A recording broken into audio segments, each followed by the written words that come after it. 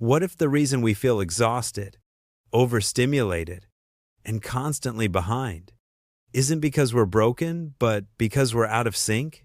What if the key to thriving in today's chaotic world isn't buried in the next productivity app, but written into the sky, the seasons, and the rhythms our ancestors once lived by? Welcome to Chronosync, a journey into ancient timekeeping, biological rhythm, and how rediscovering our natural tempo may be the most powerful upgrade of all. The lost art of living in sync and just being always on is the default.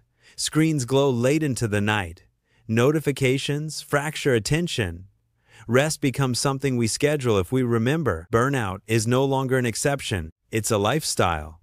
Yet when we look back at ancient civilizations, we don't find this same relentless pace.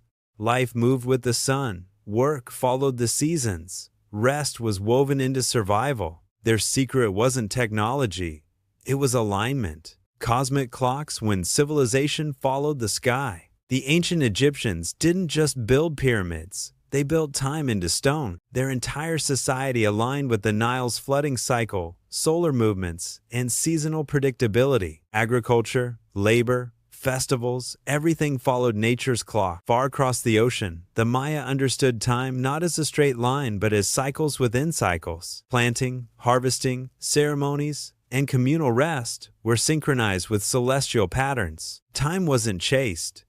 It was honored. Cycles as medicine, not myth. Long before the term circadian rhythm existed, ancient cultures understood its effects. They rose with light, rested after sunset, adjusted diet and movement with the seasons. Indigenous traditions around the world practiced seasonal eating, foods grown locally, consumed when the body needed them most.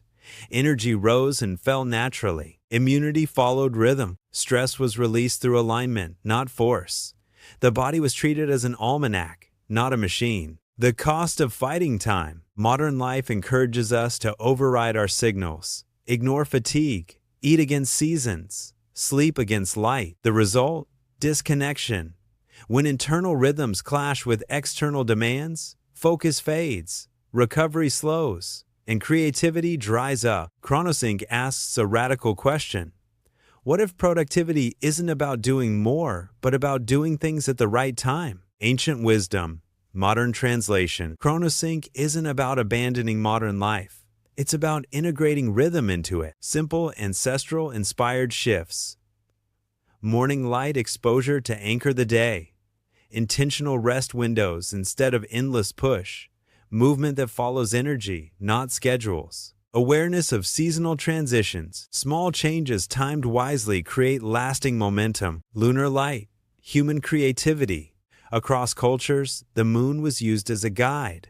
Not superstition, but observation. Communities noticed patterns.